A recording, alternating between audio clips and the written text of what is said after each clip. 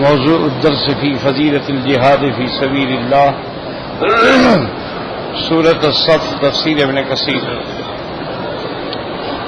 الحمد لله رب العالمين والصلاة والسلام على أشرف الأنبياء وسيد المرسلين سيدنا محمد وعلى آله وأصحابه أجمعين. اللهم صل على سيدنا محمد وعلى آل سيدنا محمد كما صليت على إبراهيم وعلى آل إبراهيم في العالمين إنك حميد مجيد. أعوذ بالله من الشيطان الرجيم. بسم الله الرحمن الرحيم. سبح لله ما في السماوات وما في الأرض وهو العزيز الحكيم. يا أيها الذين آمنوا لم تقولون ما لا تفعلون كبر مقتا عند الله أن تقولوا ما لا تفعلون. إن الله يحب الذين يقاتلون في سبيله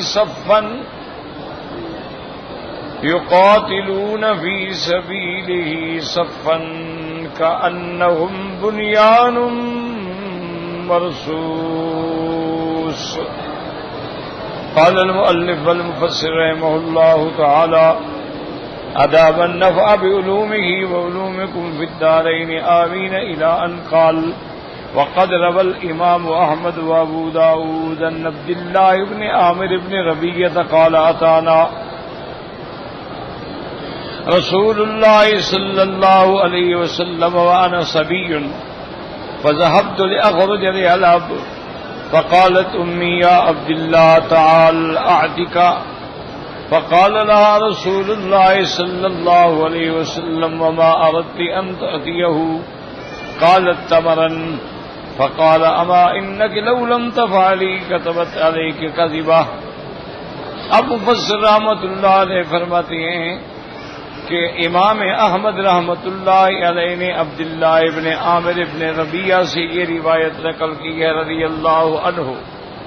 قال اتانا رسول اللہ صلی اللہ علیہ وسلم فرماتی ہیں کہ حضور ہمارے گھر تشریف لائے وانا صبی میں بچہ تھا اور میں ارادہ کر چکا کہ باہر نکل کے کھیلنے کے لیے جاؤں اور مجھے میری اب والدہ نے بلایا کہنے لگی عبداللہ ادھر آؤ میں تمہیں کوئی چیز دیتی ہوں.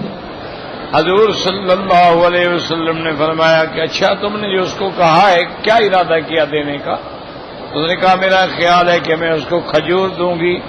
آپ نے فرمایا کہ اگر تم نے ایسا نہ کیا تو تم پہ جھوٹ لکھا جائے گا. معنی یہ ہے کہ آدمی یہ نہ سمجھے کہ میں تو اپنے بچے کو کہہ رہا تھا اور میں اس کو روکنے کے لیے ایک بہانہ بنا رہا تھا. نہیں، یہ بھی جھوٹ لکھا جائے گا اللہ کے ہاں کہ جب تم نے اس کو کہا ہے کہ آؤ میں تمہیں کچھ دیتی ہوں تو دو، اگر تم نے نہیں دیا ہے تو یہ بھی جھوٹ ہے. تو اسلام جو ہے وہ صدق پہ صداقت پہ اتنا زور دیتا ہے کہ کسی حال میں بھی مسلمان کی زبان پہ جھوٹ نہیں آنا چاہیے. وہ ایک بزرگ تھے ماشاءاللہ، بہت بڑے اللہ والوں میں سے تھے، بزرگ تھے. اس دور میں گھڑیاں وغیرہ تو ہوتی نہیں تھی، تو انہوں نے وہ زمین میں کیلیں لگا رکھی تھی بھی یہاں اگر سایہ پہنچے گا تو 10 بج گئے، یہاں آئے گا تو 12 بج گئے. ایک نشانیاں بنا رکھی تھی. تو بچوں کو پڑھاتے تھے. اب بچے کیا کرتے، چالاکی سے چھٹی جلدی لینے کے لیے وہ بدل دیتے کہ سایہ جلدی آ جائے اور آگے استاد سے کہتے تھے کہ دیکھو حضرت تو 12 بج گئے، وہ دیکھو سایہ 12 پہ آ گیا ہے. کہتے اچھا بھی جاؤ چھٹی. تو ایک دن 2 دن 4 دن ایسے گزر گئے تو کچھ لوگوں نے آ کے حضرت سے کہا کہ حضرت وہ بچے ہیں، بچے شرارتی ہوتے ہیں، وہ جا کے کیل کھول کے آگے کر دیتے ہیں اور آپ چھٹی دے دیتے ہیں. فرمایا بھائی مسلمان کا بچہ جھوٹ نہیں بول سکتا، اتنے مسلمانوں کے بچے کیسے جھوٹ بول سکتے؟ یعنی وہ مانی وہ کہ مسلمان کا بچہ ہو اور جھوٹ کیسے بول سکتا ہے؟ تو اسلام کا یہ مقام ہے کہ اس میں جھوٹ کا کوئی تصور ہی نہیں کسی، یعنی حتیٰ کہ ہاں ایک ہوتا ہے یاد رکھو توریہ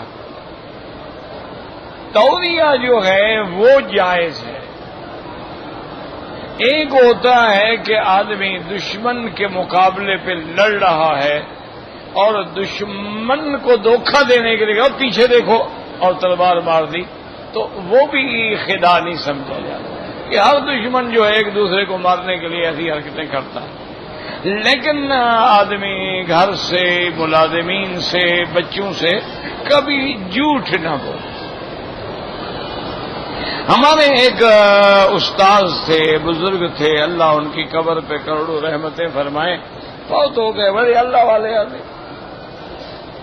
ایک آدمی آیا اور اس نے رو رو کے جناب اپنے حال سنایا کہ حضرت میرے گھر میں اتنی پریشانی ہے، ہر وقت میری بیوی لڑتی ہے، ماں لڑتی ہے، بہنیں لڑتی ہیں، سارے گھر میں لڑائی ہے. کوئی کہتا ہے تمہارے گھر پہ جنات کا اثر ہے، اور کوئی کہتا ہے کہ نہیں جناب تمہارے گھر پہ کسی ظالم نے جادو کیا ہے. تو میں تو حضرت بڑا تنگ آ گیا ہوں کہ جب بھی گھر جاؤ لڑائی، جب بھی گھر جاؤ لڑائی، جب بھی گھر جاؤ لڑائی. اور پھر اگر وہ لڑائی با مقصد ہو تو آدمی حل بھی کرے نا. جب اس کا مقصد ہی نہ ہو کہ بس لڑنا ہے تو اس کا کیا علاج ہے؟ تو حضرت نے فرمایا کہ میرے بھائی تمہارے گھر میں نماز، روزہ، قرآن ہے؟ ان نے کہا جی. گھر والے نماز پڑھتے ہیں، قرآن بھی پڑھتے ہیں. انہوں نے کہا پھر کوئی جن شن نہیں ہو سکتے. جب اللہ کا قرآن پڑھا جاتا ہے تو وہاں جن کیسے ہو سکتے؟ اور اگر میں ایک بات پہ عمل کرو کہ ہے تو مشکل ہو سکے. کہا جی فرمایا پھر میں جھوٹ بولنا چھوڑ دوں، کچھ ہو جائے جھوٹ نہیں بولنا، بس ایک میرے ساتھ وعدہ کر لو معاملات ٹھیک ہو جائیں گے. اس نے کہا حضرت میرا وعدہ ہے انشاءاللہ. وہ کوئی 15-20 دن مہینے کے بعد ہے کہ لگا ماشاءاللہ بالکل گھر کے سارے جھگڑے ختم ہو گئے اور سارے میرے جھوٹ بولنے کی وجہ سے ہوتے تھے.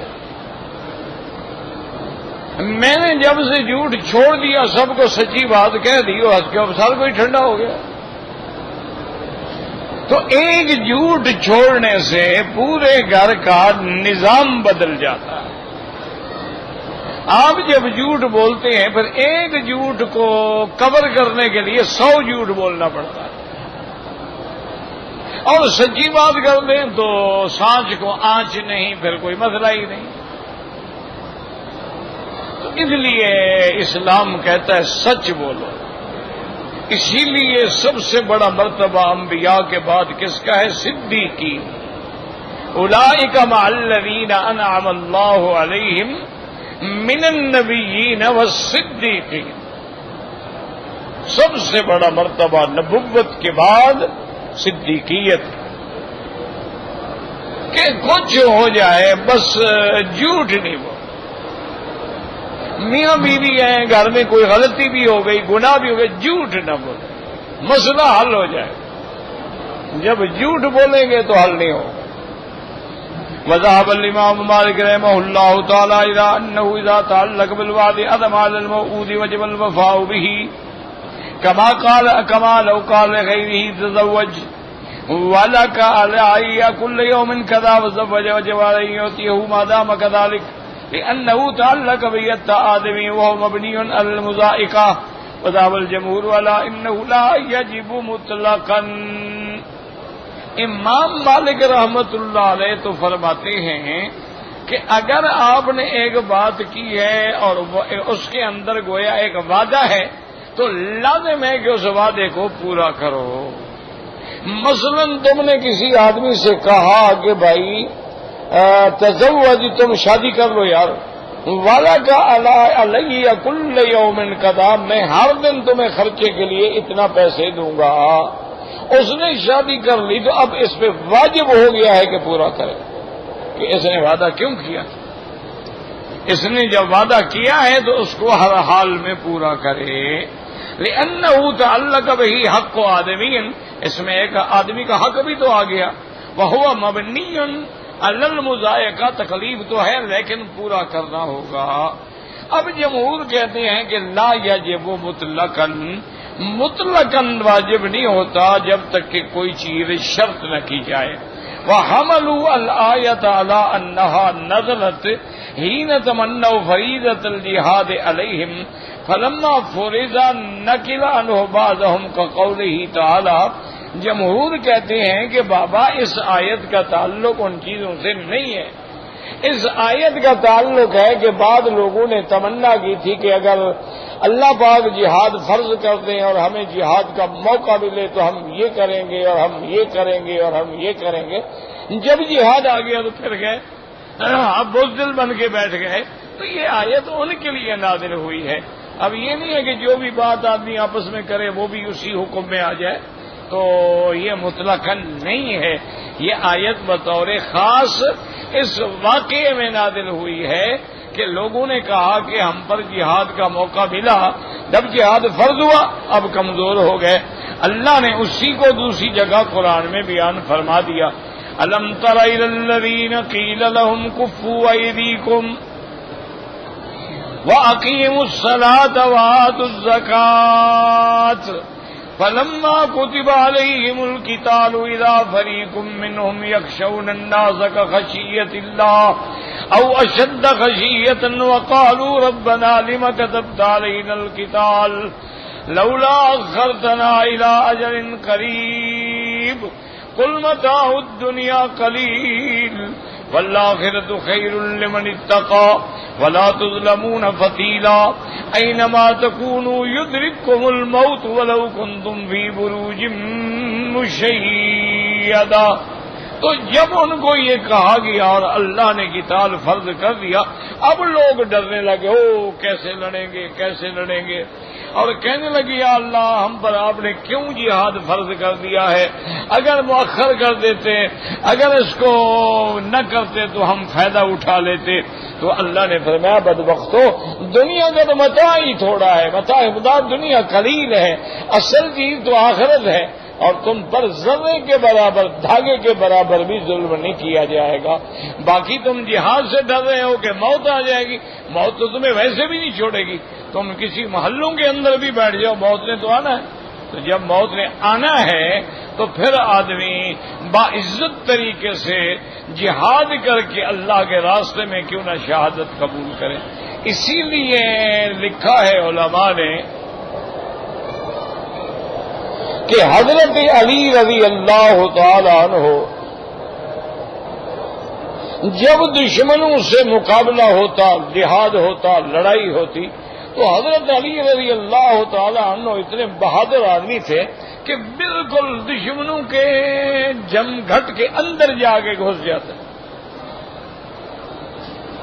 تو صحابہ نے منع کیا، انہوں نے کہا حضرت یہ کوئی بہادری تو نہیں ہے نا، چلو ایک آدمی 2 سے لڑے گا، 3 سے لڑے گا، 4 سے لڑے گا، اب یہ تو نہیں کہ دشمن کا 50 آدمی کھڑا آپ اس کے اندر چلے جائیں، 50 آدمی سے تو نہیں لڑ سکتا ہے آدمی، تو آدمی احتیاط کریں۔ تو حضرت علی رضی اللہ تعالی عنہ نے فرمایا کہ بھائی میں کیوں دشمنوں سے ڈروں، مجھ سے تو موت ڈرتی ہے۔ اب صحابہ کو بات سمجھ رہے ہیں، کہا موت کیسے ڈرتی ہے بھائی، موت تو کسی سے نہیں ڈرتی، موت تو انبیاء پہ بھی آ گئی، اللہ کے پیغمبروں پہ آ گئی، موت کیسے ڈرتی ہے؟ انہوں نے کہا دلی ہمیں سمجھ نہیں آئی موت کیسے ڈرتی۔ انہوں نے فرمایا خدا کے بندے، موت کا جو وقت مقرر ہے اس سے پہلے آ سکتی ہے۔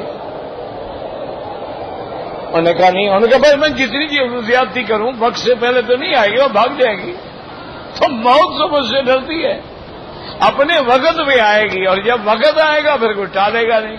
ان اجل اللہ اذا جاء لا یؤخر، جب اللہ کا وقت مقرر آ جاتا ہے پھر وہ پیچھے نہیں ہوتا ہے۔ تو موت تو ہر حال میں آنی ہے، اینما کنتم اینما تکونوا یدرککم الموت، جہاں بھی تم ہو، ولو کنتم فی بروج مشیدہ، بڑے بڑے برج بنا کے محلات کے اندر بھی بیٹھ جاؤ، موت تو آئے گی۔ وقال تبارک و تعالی ويقول الذين آمنوا لولا نزلت سورة فإذا أنزلت سورة محكمة وذكر فيها القتال رأيت الذين في قلوبهم مرض ينظرون إليك نظر المغشي عليه من الموت۔ اللہ نے پاک نے فرمایا کہ یہ لوگ کہتے ہیں کہ کیوں اللہ آیت نازل نہیں فرماتے جہاد کی، اور جب جہاد کی آیت اتری تو اب جن کے دلوں میں کھوٹ تھا، نفاق تھا، ینظرون الیک نظر المغشی علیہ من الموت، وہ آپ کی طرف ایسے دیکھتے ہیں جیسے موت والا آنکھیں نہیں کھول سکتا نا ڈر سے، اس سے دیکھ رہے ہیں بیچارے آنکھیں بند ہیں، اب کیا کریں جی، جہاد کا حکم آ گیا۔ وهكذا هذه الآية معناها كما قال علي بن ابي طالب في قوله تعالى يا أيها الذين آمنوا لم تقولون ما لا تفعلون، قال كان الناس من المؤمنين قبل أن يفرض الجهاد يقولون وددنا أن الله عز وجل دلنا على أحب الأعمال إليه ونعمل به، فأخبر الله نبيه أن أحب الأعمال إيمان به لا شك فيه، وجهاد أهل معصيته الذين خالفوا الإيمان ولم يقروا به۔ حضرت ابن عباس نے فرمایا کہ جب یہ آیت نازل ہوئی ہے، اصل میں مومنین میں سے کچھ لوگ تھے، جہاد فرض نہیں ہوا تھا، انہوں نے کہا کہ ہم محبوب رکھتے ہیں کہ حضور پاک سے پوچھیں، رحمت دو عالم سے پوچھیں کہ سب سے محبوب عمل کون سا ہے، جو اللہ کو زیادہ محبوب ہو وہ عمل تھا کہ ہم کریں۔ حضور پاک صلی اللہ علیہ وسلم نے فرمایا کہ احب الاعمال جو ہیں اللہ پر ایمان لائے اور اس کے بعد اللہ کے دشمنوں سے اللہ کے لیے جہاد کرے اللہ کے راستے میں۔ فلما نزل الجہاد، اب جب جہاد کا حکم آ گیا، کرہ ذلک ناس من المؤمنین وشق علیہم امرہ، اب جناب کہنے کہ ہائے یار بڑا مشکل ہو گیا، جہاد پہ جانا ہوگا، بچے چھوڑنے ہوں گے، پتہ نہیں بچیں گے ہم نہیں بچیں گے، تو اللہ نے پھر یہ آیت اتاری کہ ایسی باتیں پھر کیوں کرتے ہو جو نہیں کر سکتے ہو، کہتے کیوں؟ اگر کہتے ہو تو پھر اپنی زبانوں پہ قائم رہو۔ یا ایھا الذین آمنوا تقولون ما لا تفعلون، وهذا اختیار ابن جریر وقال مقاتل حیان قال لولا احب الاعمال لله لعملنا به فدلهم الله على احب الاعمال الیہ وقال ان اللہ يحب الذین يقاتلون في سبیلہ صفا فبینهم رسول یوم احد بذلك قال له النبي صلی اللہ علیہ وسلم انزل اللہ تعالی في ذلك یا ایھا الذین آمنوا لم تقولون ما لا تفعلون۔ مقاتل ابن حیان فرماتی ہیں کہ مومن کہنے لگے کاش ہمیں پتہ ہوتا کہ اللہ کو سب سے زیادہ عمل کون سا محبوب ہے، تو اللہ نے ان کو بتلایا ابھی مجھے تو محبوب ہے کہ میرے راستے میں جہاد کرو۔ ان اللہ يحب الذین یقاتلون فی سبیلہ صفا کأنہم بنیان مرصوص۔ اب احد والے دن امتحان آ گیا، تو احد والے امتحان کے اندر صحابہ کے پاؤں اکھڑ گئے، تو اللہ پاک نے تاکید فرمائی، تنبیہ فرمائی کہ ایسی باتیں کیوں کہتے ہو پھر جو نہیں کرتے ہو، خود مانگتے ہو دیتے ہیں تو پھر نہیں کرتے ہو۔ قال فانزل الله تعالى في ذلك يا ايها الذين امنوا لم تقولون ما لا تفعلون قال احبكم الى من قاتل في سبيل الله ومن من يقول انزل في شان القتال يقول الرجل قاتلت ولم يقاتل وتم ترمية عنه وضربت ولم يضرب وصبرت ولم يصبر۔ اور بعض علماء نے فرمایا کہ یہ شان قتال کے بارے میں ہے، بعض لوگ بڑی بڑی شیخیاں مارتے ہیں، میں نے جناب ایسے قتال کیا، میں نے ایسے نیزہ بازی کی، میں نے ایسے تلوار چلائی، میں نے ایسے حالانکہ نہیں کیا ہوتا، تو اس لیے یہ آیت نازل ہوئی۔ وقال تعالی وذاکرا توبیخا لقوم كانوا يقولون قتلنا ضربنا طعننا وفعلنا۔ حضرت ضحاک اور قتادہ فرماتی ہیں بعض لوگ کہتے تھے ہم نے یہ کیا اور ہم نے یہ کیا، ان کی تنبیہ کے لیے آیت نازل ہوئی۔ نذری کا منافقین کانوا یعدون المسلمین نزل فیکون لهم بذلک. حضرت ابن زید فرماتے ہیں کہ یہ آیت منافقین کے بارے میں نازل ہوئی ہے. مسلمانوں سے کہتے تھے کہ ہم تمہارے ساتھ ہیں تمہارے ساتھ ہیں، لیکن جب جہاد کا وقت آیا تو بھاگ گئے. اللہ تبارک و تعالی نے یہ آیت نازل فرمائی لم تقولون ما لا تفعلون وقال ابن ابي نجيم مجاهد لم تقولون ما لا تفعلون الى قوله كانهم بنيان مرصوص فما بين ذا في نفس الانصار فيهم بعد عبد الله رواها قالوا في مسجد ونعلم أي الأعمال أحب إلى الله منا به التانوت فأنزل الله تعالى هذا فيهم فقال عبد الله بن رواحة لا أبره حبيسا في سورة أمود بقتل شهيدا. کہتے ہیں کہ یہ باتیں ہوئی تھیں، ان میں عبداللہ ابن رواحہ بھی تھے. تو انہوں نے یہ کہا تھا کہ بھائی بات یہ ہے کہ اب احب العمل ہے اللہ کے راستے میں جہاد. تو آپ نے فرمایا دیکھیں بھائی میں تو ہر حال میں جہاد میں رہوں گا جب تک کہ مجھے شہادت نہ ملے. تو اللہ کے راستے میں شہید ہو گئے. تو بعض لوگوں نے اپنی زبان کے مطابق وفا کی.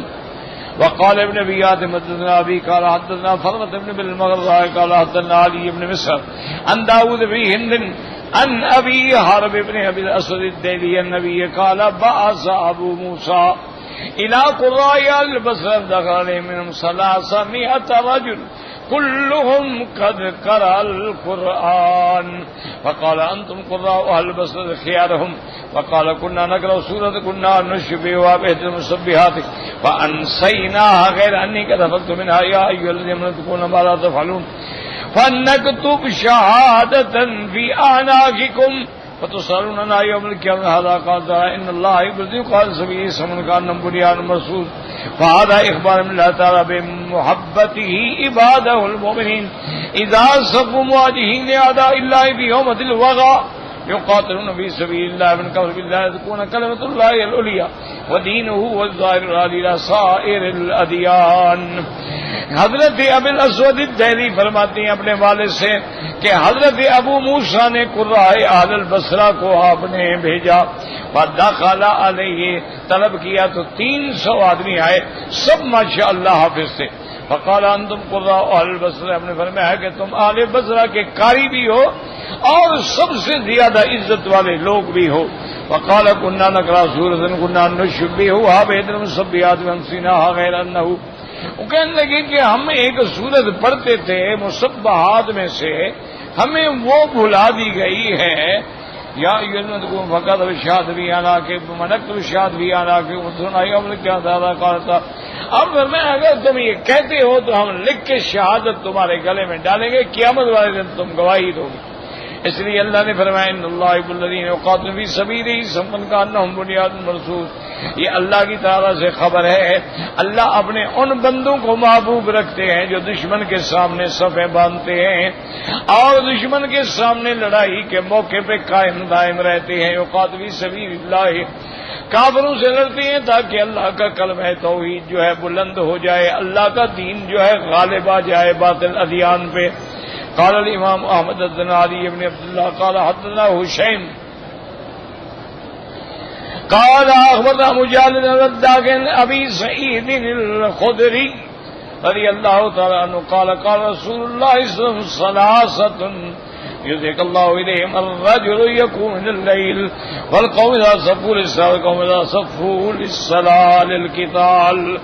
اس حدیث پاک میں آتا ہے حضرت ابی سعید خدری نے روایت کی ہے کہ حضور پاک نے فرمایا اللہ پاک ان لوگوں کو پسند فرماتے ہیں، ان 3 لوگوں پہ خوش ہوتے ہیں. ایک تو اس بندے پہ جو رات کو اٹھ کے اللہ کے آگے تہجد پڑھتا ہے اور نمازیں پڑھتا ہے، اور ایک اس بندے کے لیے جو صفیں بنا کے جماعت میں نماز پڑھتے ہیں، اور تیسرے وہ لوگ جو صفیں بنا کے اللہ کے راستے میں جہاد کرتے ہیں. رواه ابن ماجه من حديث مجاهد بن الوداع جبير بن نوفل وقال ابي حاتم حدثنا ابي قال حدثنا ابو نعيم الفضل بن دكين حدثنا الاسود عن شيبان قال حدثني يزيد بن الله بن الشخير قال قال مطلب كان يبلغني ابي ذر حديث كنت اشتهي لقاءه فلقيته کہتے ہیں کہ ایک حدیث مجھے حضرت ابی ذر رضی اللہ تعالیٰ عنہ سے پہنچی، میری تمنا تھی کہ میری ملاقات ہو جائے حضرت ابی ذر سے۔ اب اس کے بعد فرماتی ہیں قال فقلت یا لقیت ہو، میری ملاقات اللہ نے کرا دی۔ فقلت یا ابا ذر ان کان یبغنی ان حدیث اشتہی قال اللہ ابوک فقد لقیت فہد فقلت کان یبلغنی انک تذكر حدثکم ان اللہ یبغض ثلاثۃ ویحب ثلاثۃ۔ آپ نے فرمایا کہ ابی ذر مجھے ایک روایت پہنچی ہے کہ آپ ایک حدیث بیان فرماتے ہیں، تو میری تمنا تھی کہ میں خود تمہاری زبان سے وہ حدیث سنوں۔ تو انہوں نے کہا ابھی کون سی حدیث؟ تو انہوں نے فرمایا کہ میں نے سنا ہے آپ سے کہ آپ نے یہ روایت نقل فرمائی ہے کہ 3 آدمی ہیں جن کو اللہ تبارک و تعالی ناپسند فرماتے ہیں، اور 3 ہیں جن کو اللہ محبوب رکھتے ہیں۔ قال اجل فلا يخاني اقبل خليلي صلى الله عليه وسلم يحب الله عز وجل۔ انہوں نے کہا ہاں بالکل یہ میرے پاس روایت ہے، اور میں کبھی اپنے محبوب پہ حضور پہ کبھی جھوٹ نہیں بول سکتا ہوں۔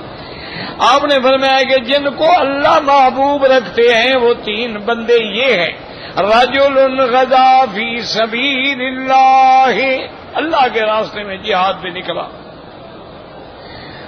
خرج محتسبا، اللہ سے اجر طلب کرتے ہوئے، مجاہدن فلقی عدو فقاتل وقتل وانزل فی کتاب اللہ المنزل، اور اللہ کے راستے میں جہاد کرتے کرتے شہید ہو گیا۔ تو قرآن میں ہے ان اللہ یحب الذین یقاتلون فی سبیل صبر کانہم بنیان مرصوص۔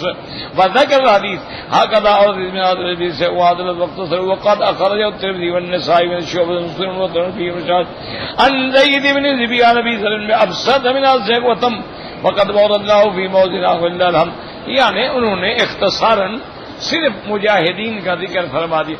وان كعب الاحبار انه قال يقول الله تعالى لمحمد صلی اللہ علیہ وسلم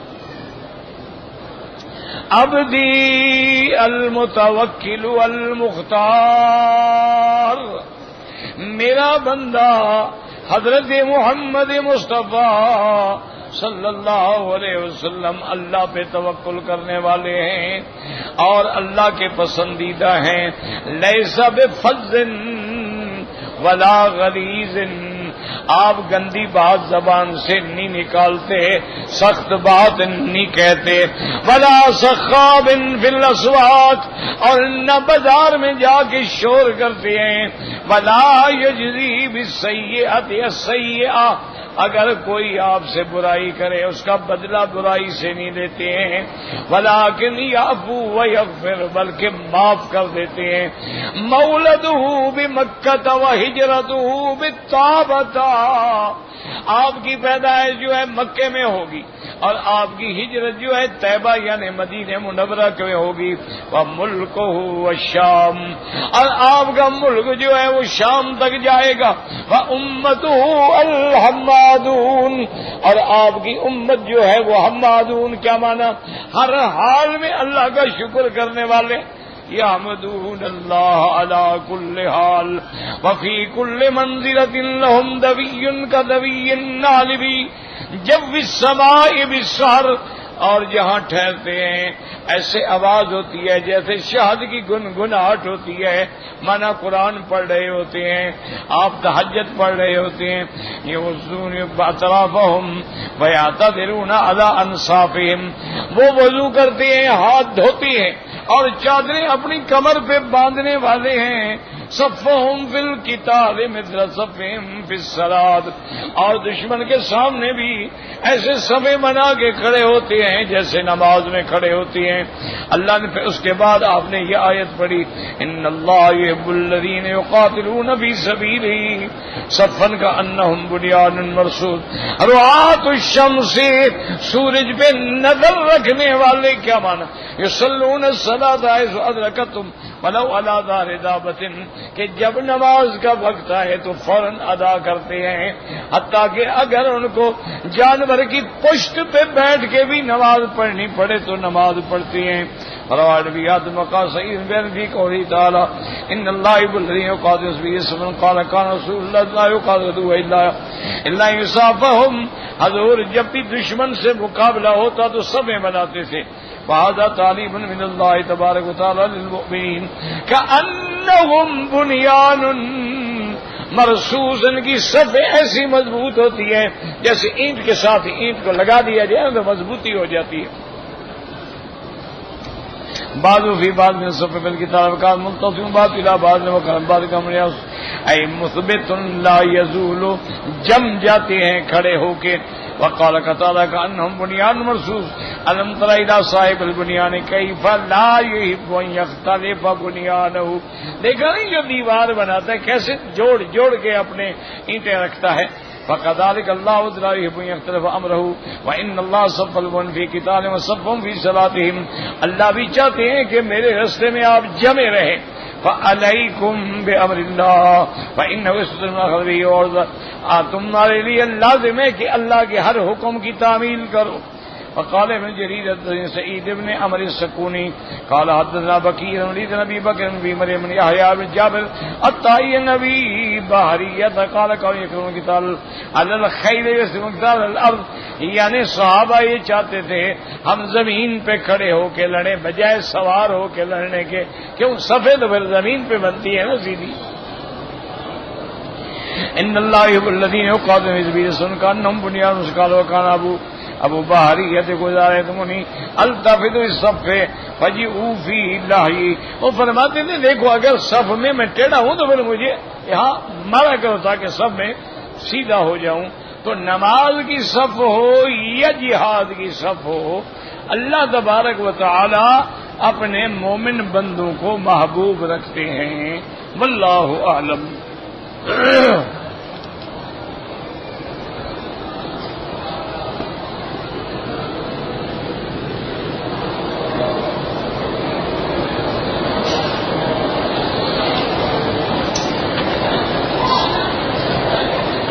کہتے جی کہ کیمرے سے جو تصویر لیتے ہیں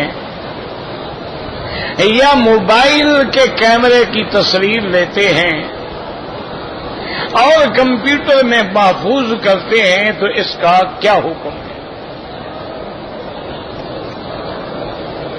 یاد رکھیں کہ بعض علماء جو ہیں آج کل جدید علماء وہ یہ کہتے ہیں کہ یہ جو تصویریں ہیں یا ویڈیو بنائے جاتے ہیں یا کیمرے سے تصویر لی جاتی ہے وہ کہتے ہیں یہ حلال ہے یہ جائز. وہ کہتے ہیں کہ اصل تصویریں جو ہیں جو شریعت میں حرام ہیں وہ تصویر ہے جس کا جسد بنایا جائے یعنی جیسے کسی کا بت بنایا جائے وہ تصویر جو ہے وہ کہتے ہیں وہ حرام ہے. وہ کہتے ہیں یہ تو ایسے ہے کہ جیسے شیشے کے سامنے آپ کھڑے ہوں تو آپ کا بدن نظر آتا ہے. پانی کے اوپر بھی آپ کھڑے ہو جائیں تو آپ کا عکس نظر آتا ہے. تو یہ تو عکس ہے اور متحرک ہے اور یہ ثابت نہیں ہے. اس لیے وہ کہتے ہیں کہ اس میں گناہ نہیں ہے.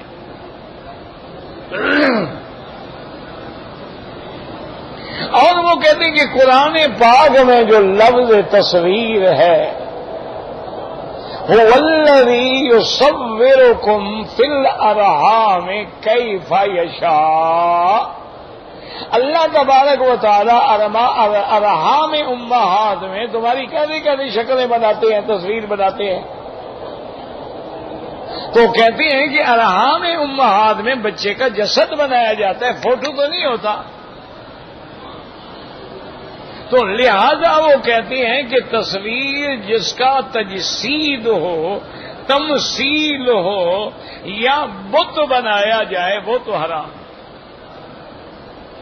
اور اگر مجرد کیمرے سے ایک عکس آ گیا ہم نے محفوظ کر لیا ہے تو وہ کہتے ہیں کہ یہ حلال ہے. لیکن یاد رکھیں کہ جتنے علماء محدثین محققین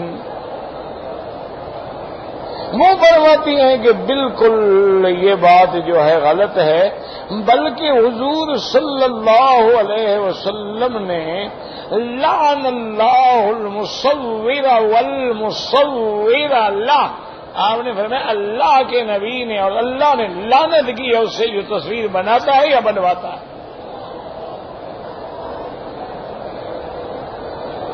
اسی طرح پر یعنی اور اس وقت جو حضور نے لعنت بھیجی ہے تو وہ تصویر تمثیل والی تو نہیں ہے، لہذا اب علماء محققین کا فتویٰ یہ ہے کہ ضرورت کے لیے تو فوٹو کھنچوانا جائز ہے کہ بھئی پاسپورٹ بنانا ہے، آئیڈینٹی کارڈ بنانا ہے، ڈرائیونگ لائسنس بنانا ہے۔ دوسرے ملک والے آنے نہیں دیتے جب تک کہ فوٹو نہ ہو، پاسپورٹ نہ ہو، ویزا نہ ہو۔ وہ کہتے ہیں یہ تو مجبوری ہے اس لیے جائز ہے، بغیر مجبوری کے بنانا جو ہے وہ ناجائز۔ اور بعض علماء کہتے ہیں کہ اگر کسی نے تصویر اس لیے بنائی ہے کہ اس کی تعظیم کی جائے، جیسے آج کل لوگوں نے اپنے بزرگوں کی، اپنے پیروں کی، اپنے باپ دادا کی بڑی بڑی تصویریں گھر میں لگائی ہوتی ہیں، ان میں پھولوں کے ہار ڈالتے ہیں، ان کا احترام کرتے ہیں، یہ تو متفق علیہ حرام ہے، یہ تو سب کے نزدیک حرام ہے، اس میں تو کوئی اختلاف ہی نہیں۔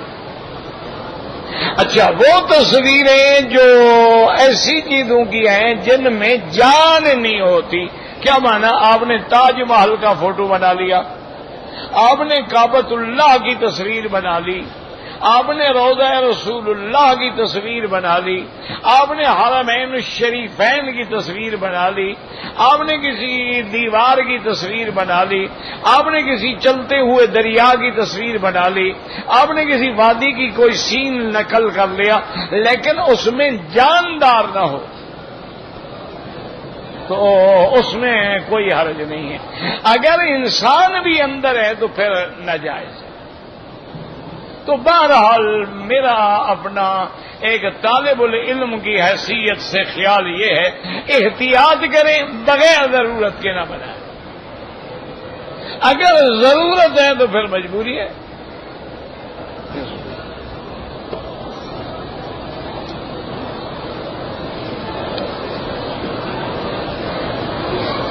کہتے جی کہ ہمارے ملک میں انشورنس ہوتی ہے، بیمہ کرتے ہیں، تو اس کے بارے میں میرا بھائی گزارش یہ ہے کہ یہ انشورنس جو ہے یہ مطلقاً حرام ہے، کیونکہ اس میں دو چیزیں ہیں، سود بھی ہے اور جوا بھی ہے، اور اللہ نے سود کو بھی حرام قرار دیا ہے اور جوئے کو بھی حرام قرار دیا۔ جوا کیا ہوتا ہے؟ آپ نے 100 کا پتہ پھینکا، 1000 جیت گئے۔ تو انشورنس میں بھی تو جوا ہے نا، کہ میں نے اپنی پالیسی لی ہے 10 لاکھ کی، ابھی میں نے 2 قسطیں جمع کرائی، میں مر گیا، تو اب 2 قسطیں میری بنتی ہیں 10,000، مجھے ملا 10 لاکھ، تو وہ جوا کیا ہوتا ہے پھر؟ جوا یہی تو ہوتا ہے۔ اچھا، دوسرا یہ ہے کہ اگر میں نے پالیسی لی 10 لاکھ اور 10 سال کے لیے، میں 10 سال نہیں مرا، تو اب 10 سال کے بعد وہ مجھے پیسے بما سود واپس کریں گے، یعنی یہ نہیں ہے کہ صرف اتنا دیں گے بلکہ جتنا میرا پیسہ ہے سود بھی دیں گے، تو سود بھی آ گیا اور جوا بھی آ گیا، لہذا حرام ہے۔ باقی ایک یہ ہوتا ہے کہ ہم ایک ایسے ملک میں کام کر رہے ہیں کہ وہاں کمپنی یا گورنمنٹ ہمیں نوکری ہی نہیں دیتی جب تک انشورنس نہ ہو۔ جیسے ہم یورپ میں جاتے ہیں، وہاں آپ گاڑی نہیں چلا سکتے جب تک انشورنس نہ ہو، لائسنس ہی نہیں ملے گا، آپ گاڑی خرید ہی نہیں سکتے جب تک کہ گاڑی انشور نہ ہو، تو وہ ہماری مجبوری ہے، وہ ہم پر گناہ نہیں ہوگا، اس میں ہم معذور ہیں، ہم کیا کر سکتے ہیں، ہماری مجبوری ہے۔ باقی میرے عزیز یہ جو بہانے بناتے ہیں نا جی کہ جی انشورنس سے فائدہ ہے، کل کو گھر والا بندہ مر گیا، بچے چھوٹے ہیں، وہ بڑے ہوں گے، ان کے اخراجات ہیں، گھر کا کرایہ ہے، تو انشورنس اگر ہوگی ان کو پالیسی کا پیسہ ملے گا تو بچوں کا مستقبل جڑ جائے گا، تو یہ ساری باتیں بہانے ہیں. جب تک انشورنس نہیں تھی تو بچوں کے مستقبل کا ذمہ دار تو اللہ تبارک و تعالی تھا. اب یہ انشورنس والے ہو گئے. جب اللہ نے ہمیں فرما دیا ہے کہ میں نے سب کو روزی دینی ہے. دوسری بات یہ ہے کہ آپ نے اگر اپنے بچوں کے مستقبل کے لیے سوچا ہے کہیں پلاٹ لے کے ڈال دیں، وہ بھی انشاءاللہ 10 سال میں اتنا بڑھ جائے گا کہ حلال کا نفع اتنا آ جائے گا تمہیں حرام کی ضرورت ہی نہیں ہے. بعض لوگ سونا لے کے رکھ لیتے ہیں، بعض لوگ جو ہے بچوں کے لیے کوئی ڈائمنڈ وغیرہ لے کے رکھ دیتے ہیں. ٹھیک ہے، جائز بات ہے، حلال بھی ہے اور ان کی حفاظت بھی ہے.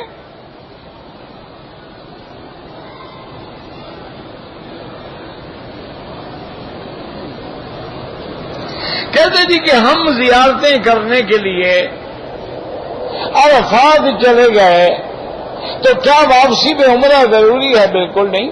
عرفات حد حرم سے تو باہر ہے لیکن میقات نہیں ہے. میقات تو طائف ہے.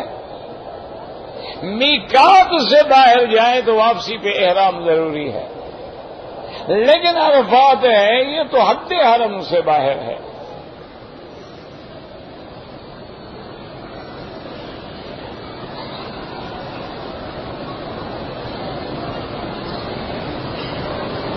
کہتے ہیں جی کہ اگر کوئی آدمی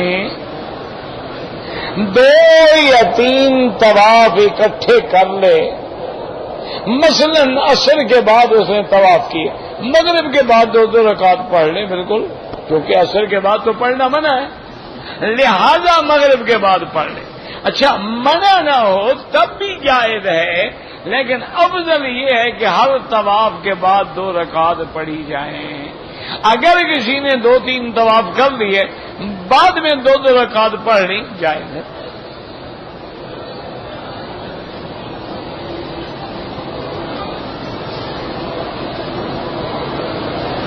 کہتے جی کہ ہم 2 آدمی تھے، ہم دونوں نے عمرہ کیا.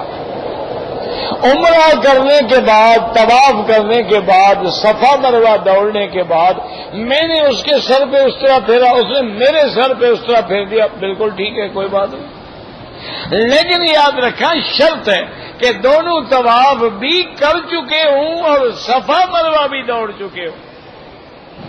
اگر ایک نے صفا مروہ نہیں دوڑا، اس نے اس طرح پھیرا، دم پڑ جائے گی.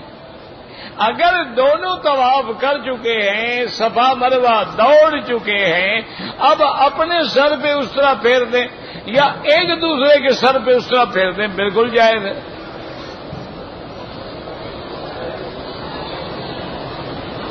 کہتے جی کہ حجر اسود کے بارے میں بھائی افضل یہ ہے، سنت یہ ہے کہ بوسہ دیا جائے، لیکن اگر بوسہ نہ ملے تو ہاتھ لگا کے ہاتھ کو بوسہ دے دیں. اگر یہ بھی نہ ملے تو دور سے اللہ اکبر وللہ الحمد. اب یہ ایک ہاتھ سے کریں تو جائز ہے، اور بعض علماء فرماتے ہیں چونکہ یہ بوسے کے قائم مقام ہے اور بوسے کے وقت لازماً آدمی کو دونوں ہاتھ رکھنے پڑتے ہیں، تو لہذا دونوں ہاتھوں سے کرے تب بھی جائز ہے، کوئی ایسی بات نہیں ہے.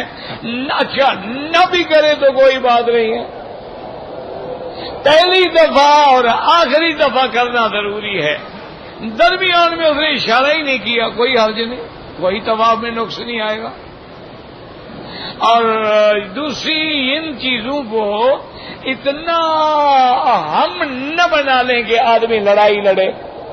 بوسہ دینا سنت ہے، لیکن کسی عورت کو لگنا تو حرام ہے، ایسے بوسے کا کیا فائدہ.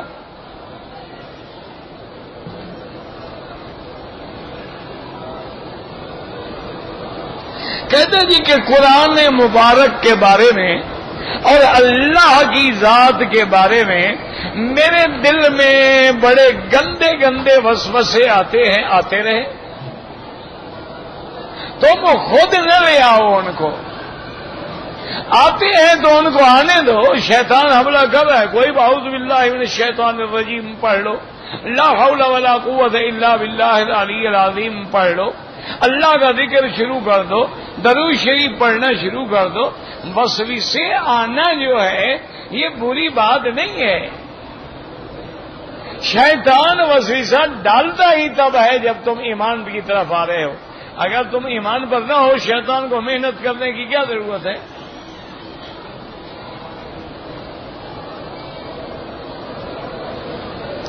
کہتے ہیں جی کہ میں ہر وقت پریشان رہتا ہوں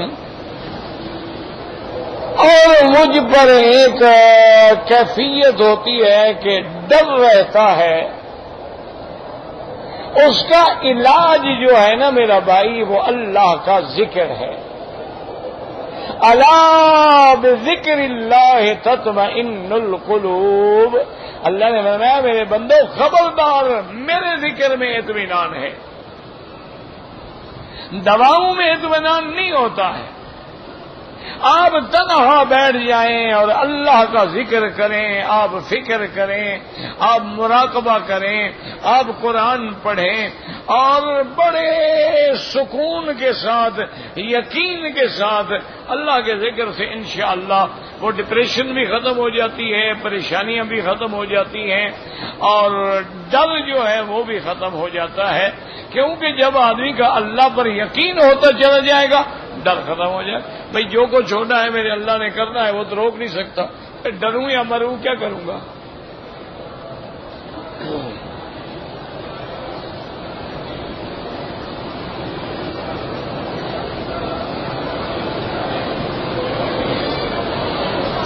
کہتے ہیں جی کہ ایک عالم ٹی وی پہ کہہ رہے تھے کہ حضور صلی اللہ علیہ وسلم وجہ کائنات ہے. اگر یہ حضور کی ذات نہ ہوتی تو اللہ اپنا رب ہونا بھی ظاہر نہ فرماتے. میرا بھائی یہ محض مبالغہ ہے, محبت ہے, لیکن محبت میں بڑھ جانا ہے. اصل میں ایک حدیث قدسی لوگ نقل کرتے ہیں کہ لولا کا لما خلقت الافلاک, لولا کا لما خلقت الارضین, کہ میرے محبوب اگر آپ نہ ہوتے تو میں دنیا پیدا نہ کرتا. یہ دنیا عدم سے وجود میں لایا ہی آپ کے لیے ہوں میں, لیکن یہ حدیث بالکل ضعیف ہے اور ناقابل اعتبار ہے.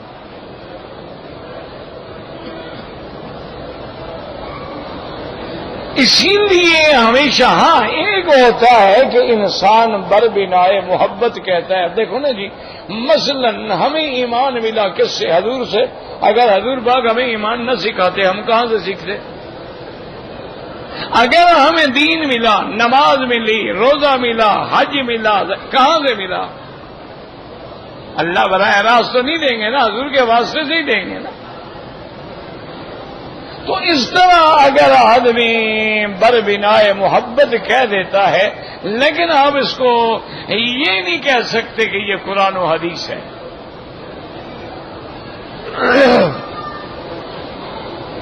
حضور صلی اللہ علیہ وآلہ آلہ وصحابہ وسلم تسلیما کثیرا کثیرا, کہ پیدا ہونے سے پہلے اللہ نے ہزاروں اور لاکھوں انبیاء پیدا کیے ہیں کہ نہیں کیے؟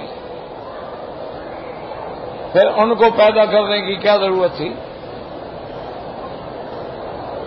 حضور سے پہلے یہ ساری کائنات اللہ نے پیدا کی ہے کہ نہیں کی ہے؟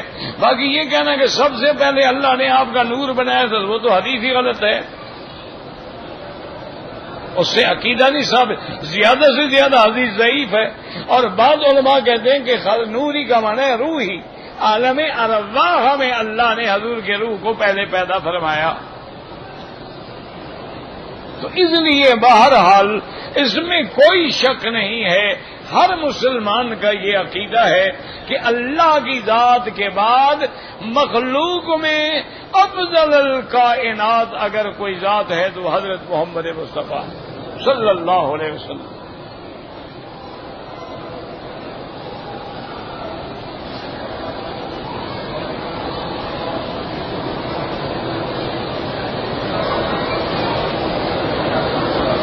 بہرحال میرا بیٹا 2 سال پہلے آیا, طائف گیا تھا, احرام نہیں باندھا.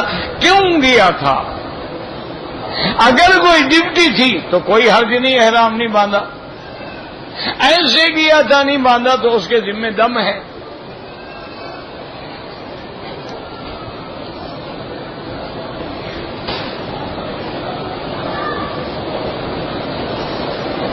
لڑکی نے اور لڑکے نے عدالت میں شادی کر دی ہے، دونوں کے ماں باپ ان کو قتل کرنا چاہتے ہیں.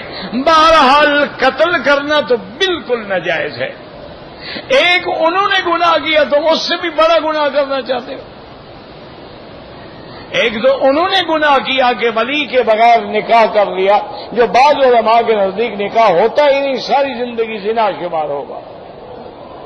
اور بعض علماء فرماتے ہیں کہ گناہ گار ہیں لیکن نکاح ہو گیا کیونکہ دونوں عاقل بالغ تھے.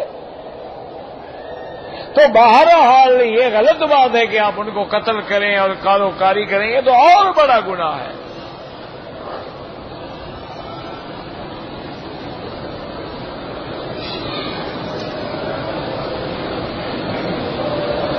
اگر آپ جائیں گے طائف سے جدہ چلے جائیں گے کوئی احرام نہیں. وہ تو اگر طائف سے مکہ آئے گا تو احرام باندھے گا. اگر وہ مکہ مکرمہ آ ہی نہیں رہا، اس کی نیت ہے جدہ جائے، چاہے مکے سے گزر کے بھی جدہ چلا جائے تب بھی کوئی دم نہیں، چونکہ انما الاعمال بالنیات، اعمال کی دار و مدار نیت پہ ہوتی ہے. نیت سفر میرا جدہ ہے، میں مکے سے گزر گیا تو گزر گیا. اگر مکے آنے کی نیت ہے تو احرام ضروری ہے.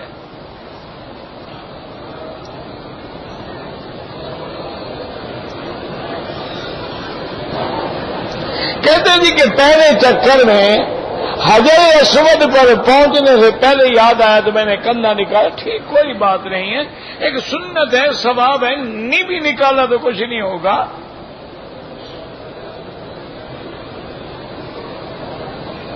عصر کے بعد کوئی نفل نہ پڑھیں جب تک کہ سورج نہ ڈوب جائے. اگر پڑھ لی ہے تو بعد ائمہ کے نزدیک جائز ہے، کوئی کفر نہیں ہو گیا. لیکن افضل یہی ہے کہ آدمی مغرب کے بعد پڑھے.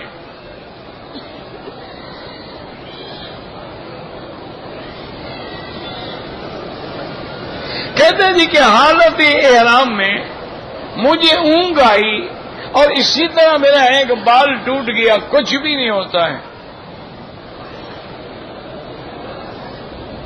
اگر احرام کی حالت میں دو بال گر گئے، بھائی اللہ کے بندے بال گر جائیں ٹوٹ جائیں کچھ بھی نہیں ہوتا.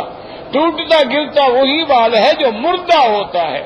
احرام کی حالت میں بال منڈانا منع ہے، کاٹنا منع ہے. گر گیا، وضو کیا کئی بال گر جاتے ہیں.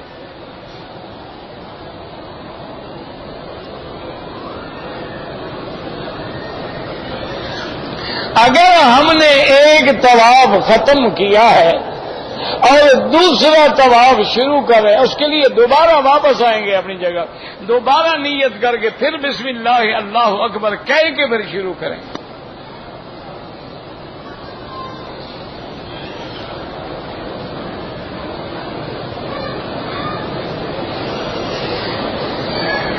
پہلے اس نے احرام کھول دیا، 9-10 سال کا بچہ ہے، عمرے کے بعد احرام کھول دیا، کچھ اس پہ کوئی دم شم نہیں ہے، کھول دیا. حرم ہو یا غیر حرم ہو، عین سورج نکل رہا ہو تو نماز نہ پڑھیں، سورج ڈوب رہا ہے تو نماز نہ پڑھیں، سورج عین سر پہ کھڑا ہے تو نماز نہ پڑھیں. فجر کے بعد جب تک سورج نہ نکلے نماز نہ پڑھیں. عصر کے بعد جب تک سورج ڈوب نہ جائے نماز نہ پڑھیں. یہ ساری دنیا میں یہی حکم ہے. صرف امام احمد بن حنبل رحمت اللہ علیہ اور امام شافعی رحمت اللہ علیہ فرماتے ہیں کہ حرم میں اجازت ہے کہ اگر کسی نے عصر کے بعد طواف کیا ہے اور 2 رکعت پڑھ لی ہیں وہ کہتے ہیں جائز ہے، اور فجر کے بعد طواف کیا 2 رکعت پڑھ لی وہ کہتے ہیں جائز ہے. یعنی وہ بھی فرماتے ہیں جائز ہے. بات سمجھا کریں، بات سمجھا کریں. ایک ہوتا ہے کہنا کہ جائز ہے، کیا معنی؟ جیسے آدمی کہتا ہے کہ جی اگر آدمی کھڑے ہو کے نماز نہ پڑھ سکے تو بیٹھ کے پڑھنا جائز ہے، اگر آدمی عدل کرے تو دوسری بیوی کے ساتھ شادی کرنا جائز ہے، یہ تھوڑا ہے کہ ہر حال میں کرو۔ وہ بھی یہی کہتی ہے کہ ایک آدمی اس کو پتا ہے میں عصر کے بعد اگر 2 رکعت نہیں پڑھوں گا بھول جائے گی، رہ جائے گی، میں جا رہا ہوں، پڑھ لے، جائز ہے۔ ورنہ افضل سب کے نزدیک وہی ہے کہ مغرب کے بعد پڑھے، تاکہ کوئی حدیث اس کی مخالف نہ ہو، کیونکہ وہ صریح حدیث مبارک ہے اور سیاہ کی حدیث ہے کہ فجر کے بعد کوئی نماز نہیں جب تک کہ سورج نہ نکلے۔ اچھا ایک بات اور بھی یاد رکھیں، یہاں بہت سارے ہمارے بھائی نماز اشراق پڑھنے کی بہت بڑی فضیلت ہے۔ اگر کوئی بندہ فجر کی نماز پڑھ کے مسجد میں رہے، اللہ کا قرآن پڑھے، اللہ کا ذکر کرے یا خاموش بیٹھا رہے، اور جب اشراق کا وقت ہو 2 رکعت یا 4 رکعت پڑھ لے تو اس کو پورے عمرے کا ثواب مل جاتا ہے۔ اچھا لیکن ہمارے حضرات یہاں گھڑیاں دیکھتے ہیں لکھا ہوتا ہے شروع کا وقت جو ہے وہ اس میں عام طور پہ لکھا ہوتا ہے کہ 5:50 پہ شروع ہوگا۔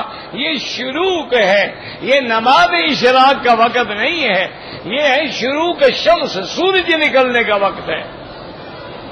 نماز اشراق جو ہے وہ اس کے 20 منٹ بعد پڑھنی ہوگی، اسی لیے کہ حدیث میں آتا ہے سورج نکلے اور قید رمحن ایک ندے کے برابر اوپر آ جائے، تو اس لیے یاد رکھ لیں یہ گھڑیوں میں جو لکھا ہے یہ سورج نکلنے کا وقت ہے، یہ نماز اشراق کا وقت نہیں ہے۔ لہذا اگر آپ نے اشراق پڑھنا ہے تو اس ٹائم کے 20 منٹ بعد پڑھیں گے۔ 2 رکعت پڑھنے یا 4 رکعت پڑھنے تو ایک عمرہ مقبولہ کا ثواب مل جاتا ہے۔ اس سے بڑی اور کیا آسانی ہوگی کہ آدمی مسجد میں بیٹھا رہے، نماز پڑھے، قرآن پڑھے، درس پڑھے، طواف کرے، اشراق کا وقت ہے 2 رکعت پڑھے، عمرہ کما کے گھر گیا۔